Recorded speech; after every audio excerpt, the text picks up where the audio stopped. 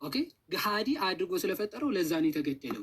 ስለዚህ ህፃናት እንኳን ቢሞቱ የት ይግቡ ተብሎ በእስልምና ቢጠየቅ አይታወቅም። መሐመድ ራሱ ይህን ተጠይቀው አይታወቅም። አላህ በማህፀን ሳለ ለገነት ይሁን ለሲኦል ይሁን ለምን እንደፈጠረው ስለማናቅ ወደዚህ ነው የሚገባው ብለን አንናገርም ብሎ ተናግረዋል ማለት። ስለዚህ ነገረ ድህነት የለም ሲባል እንደው እስልምና ብትሰብክ ባሰብክ ምንም ለውጥ የለው።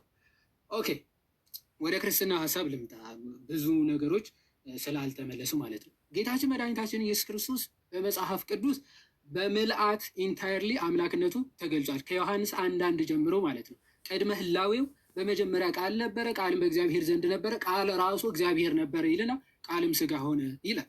ቃልም ስጋ ሆነ ማለት ጸጋና ተመልቶ በእኛም አደረ ይላል። ያ እግዚአብሔር የሆነው ሰዎችን ለማዳን ስጋ ሆኖ በእኛ አደረ ይልና አንድ ልጅ በአባቱ ዘንድ ያለውን ክብሩን እሱን አየን ይላል። በጣም የሚደንቅ ነው። በአባቱ ዘንድ የነበረው ክብሩ ያየነው ቃል ስጋ ሲሆን ነው ይለናል።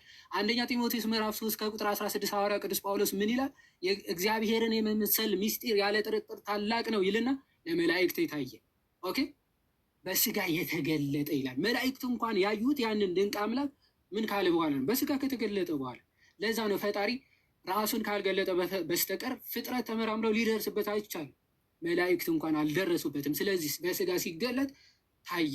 ቅዱስ ዮሐንስ በረከቱ ይደርብንና ይህንን ቃል ሲገለጥ ምን ብሎ ተናገረ? ያ ከጥንት የነበረው ሕይወት የሚሰጠው አምላክ ሲገለጥ አየነው፣ ዳሰስነው ብሎ ተናገረ። የት? አንደኛው ዮሐንስ ምዕራፍ 1 ከቁጥር 1 ላይ ስለ ሕይወት ቃል ከመጀመሪያ የነበረውንና